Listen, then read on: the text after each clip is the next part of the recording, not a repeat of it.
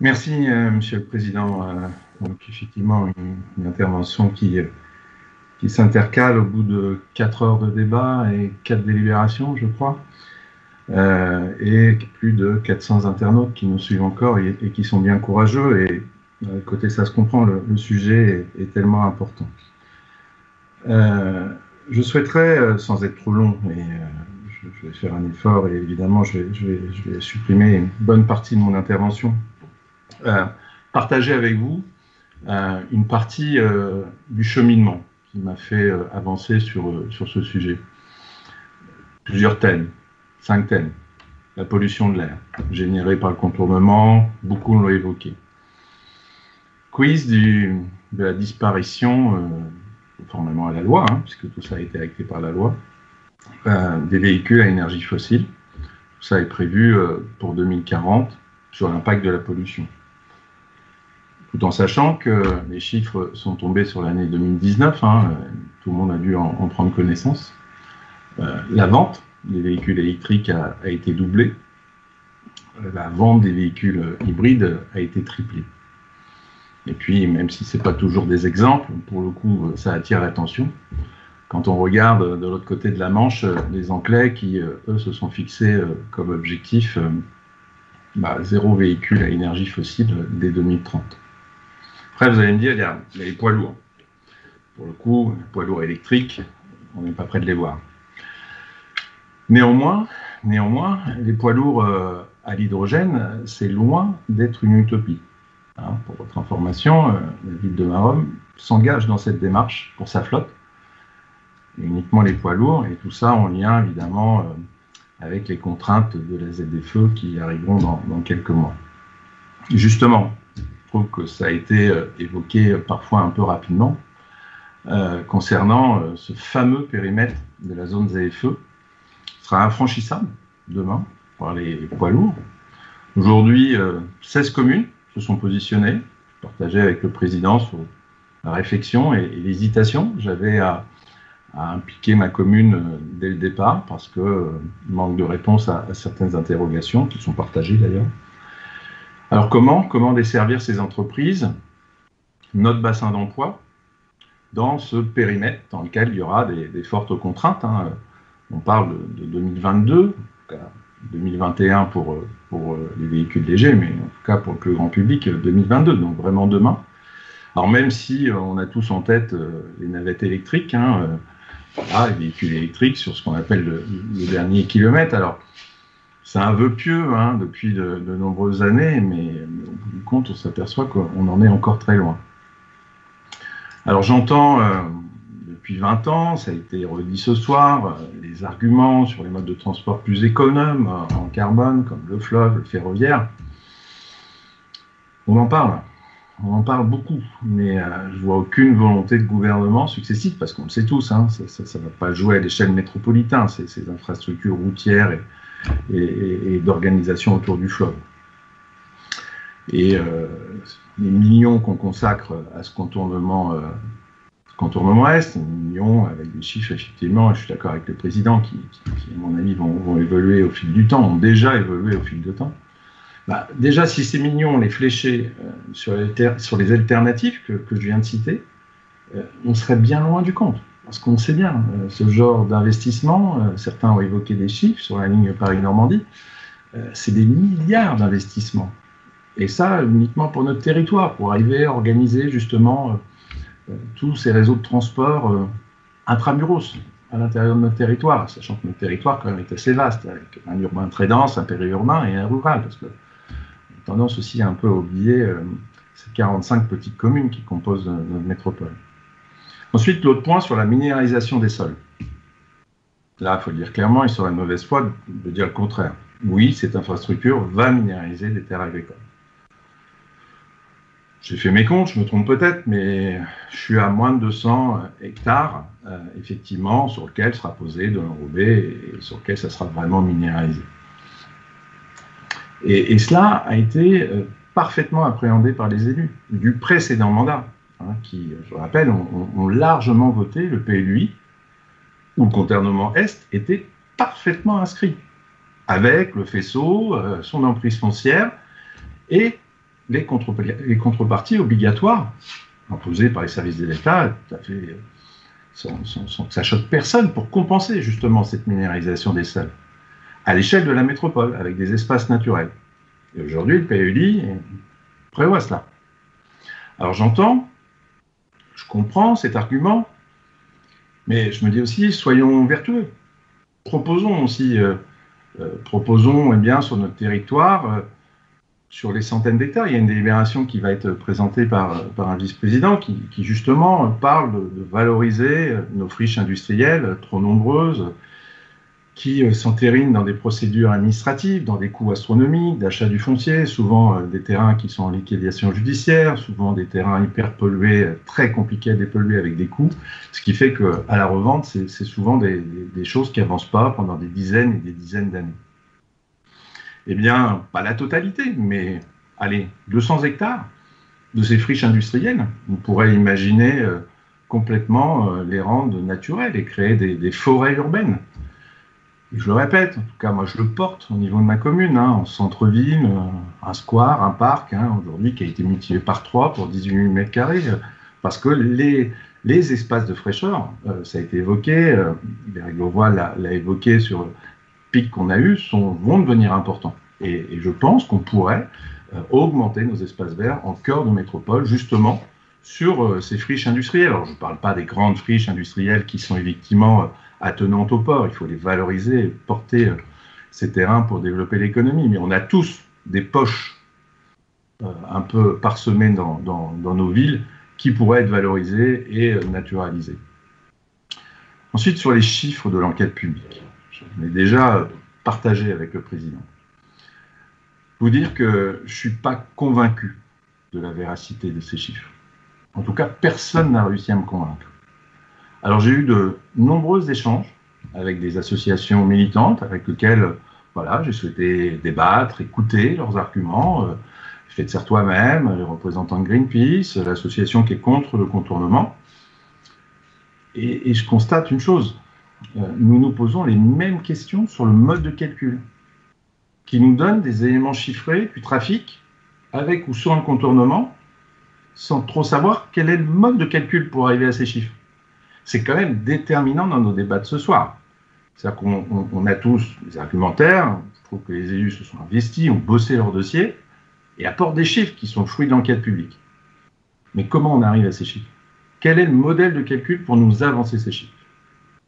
Thierry Chauvin nous a fait la démonstration que quand vraiment on organisait ça sous forme de tableur Excel, on faisait ressortir des chiffres qui étaient parlants, mais peut-être pas dans le sens qu'on voulait. Donc, véritablement, aujourd'hui, personne n'est capable de nous expliquer le modèle de calcul de ces estimations. Et par ailleurs, ce même mode de calcul estimatif qui nous est proposé par l'IRSEM dans l'enquête publique, je m'inquiète sur le fait qu'elle nous induise une nouvelle fois en erreur. Tout comme elle nous a induit en erreur, et ça a été cité à plusieurs reprises, sur le barreau Barentin-Yvetot, où là, pour le coup, les chiffres de l'enquête publique étaient particulièrement surévalués par cet organisme de l'État. Et ce même organisme, l'IRSEM, alors je ne sais pas si je fais partie des vieux élus, en tout cas, ça fait quelques années, eh bien, quand, au début des années 2000, on avait à trancher justement sur ce pont Flaubert, souvenez-vous, souterrain, pont Flaubert, on s'est appuyé sur ces mêmes chiffres d'études de l'IRSEM pour justement savoir comment on devait articuler ce pont Flaubert avec la 150. Et là, pour le coup, ça a été l'inverse. Ça a été complètement sous-évalué et on se rend compte qu'aujourd'hui, le pont Flaubert, son raccordement et la 150 sont saturés. Ensuite, je l'ai dit, comment avoir une estimation de trafic avec ou sans contournement quand celle-ci n'intègre pas un élément qui est déterminant et concret pour le coup, puisqu'il va s'imposer à nous dans quelques mois, c'est la mise en place dès l'année prochaine de la zone à faible émission sur 16 communes de la métropole. Et évidemment, et pour cause, aucune étude ne met dans la moulinette, si vous me permettez l'expression, cette nouvelle contrainte, que je trouve vertueuse, qu'on soit clair, mais qui n'est rentrée dans aucun chiffre, aucun modèle de calcul. Sauf que contraindre les véhicules dans un périmètre de ne plus pouvoir entrer, ça a forcément un impact qui va évidemment perturber les flux.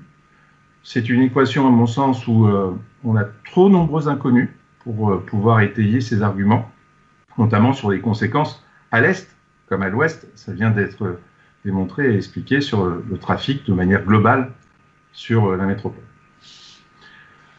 Ensuite, mon vote. Je suis, vous l'aurez compris, et je l'ai toujours été, pour ce contournement, comme beaucoup de mes collègues. J'ai voté en 2018 au département de Seine-Maritime pour le financement et la réalisation de cet ouvrage. Et d'ailleurs, j'ai, avec mon groupe, une position qui me convenait tout à fait, pas souhaité reprendre part à ce vote, parce que je considérais que c'était une vraie mise en scène. On faisait voter exactement la même délibération qu'en 2018. Ce serait bien qu'on soit un peu plus efficace et je vous invite à ne pas revoter à chaque fois, tous les ans, les mêmes délibérations. J'ai voté pour, au moment où ça nous était présenté de manière globale, c'est vrai, pas précisément 66 millions d'euros, mais de manière globale, sur le fait que la métropole s'engage à travers une délibération pour le financement de ce contournement. J'ai validé également, et tout ça, je regardais il y a encore quelques minutes sur mon ordinateur, j'ai validé la maquette financière qui posait les prospectives d'un PPI 2018-2028 et qui prenait en compte aux alentours de 55 millions d'euros, puisque les années passant, les services de la métropole, évidemment, avaient valorisé le coût initial pour financer justement ce contournement. C'était dans la maquette budgétaire du PPI 2018-2028 avec le maintien en 71 communes. Hein, il ne faut pas dire qu'on avait fait nos prospectives en se disant bon, on va financer le contournement, par contre le reste on serre la ceinture, on ne va plus y arriver. Non, non, non, il y avait cet équilibre dans la maquette et dans le PPI. J'ai également voté, et d'ailleurs à quelques jours près c'était l'anniversaire, puisqu'on a voté il y a tout juste un an, le 13 février 2020, donc ce n'est pas un vote où on parle de 2, 3, 4, 6 ans. Non, c'est il y a moins d'un an, 52 semaines. On a voté à une très large majorité, 80%, avec mes collègues de l'époque, mais aussi ceux d'aujourd'hui, le PLUI qui acte dans nos documents d'urbanisme les emprises foncières qui doivent permettre la réalisation de cette autoroute, dont tout le monde avait connaissance qu'il y avait un péage. Là, là-dessus, soyons honnêtes. Qui fait débat.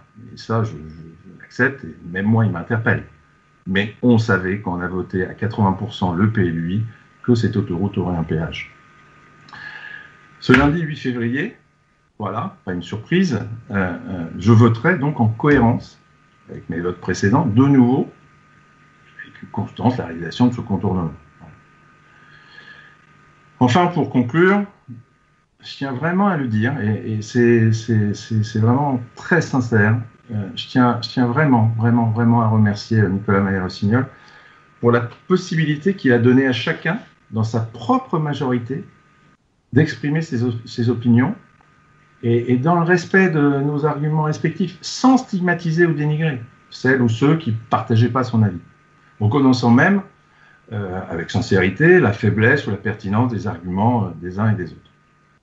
Le débat a été extrêmement ouvert. Et je pense que ce qui fait la qualité aussi de ce débat ce soir, comme jamais, sur ce sujet.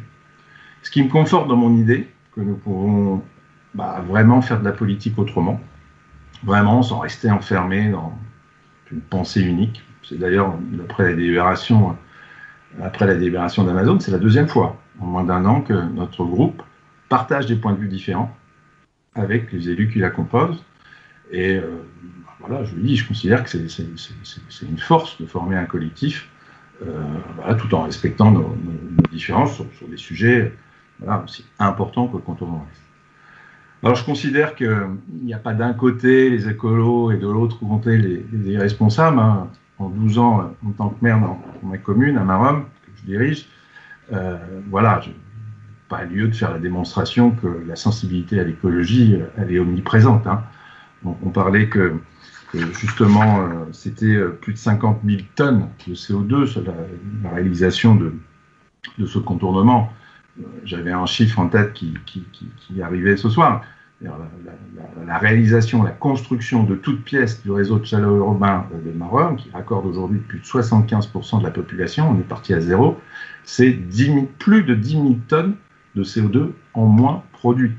Donc on se rend compte que ce contournement, il y a une politique très vertueuse sur les réseaux de chaleur, et vraiment j'en félicite les élus qui pilotent ce projet. On se rend compte qu'on peut aller chercher des économies de production de CO2, et c'est une bonne chose, et on fait tous dans nos communes super boulot, et d'ailleurs je vois qu'on s'en inspire mutuellement, et que tout ça va dans le bon sens. Donc vraiment, je ne souhaite pas que on oppose ceux qui seraient responsables et ceux qui seraient écolos. Non, je considère que nous sommes tous ce soir des élus responsables, sensibles tous à la protection de la planète, ça s'est senti dans tous les discours, quel que soit le positionnement. Et puis évidemment, être pour ce contournement ne nous dédouane pas de l'enjeu environnemental. Je pense qu'on a tous pris la mesure. Et pour ma part, je respecterai les arguments de chacun et de chacune, et c'est avec une responsabilité que je voterai ce soir contre cette délibération, puisque, vous l'avez compris, je suis pour ce contournement. Merci.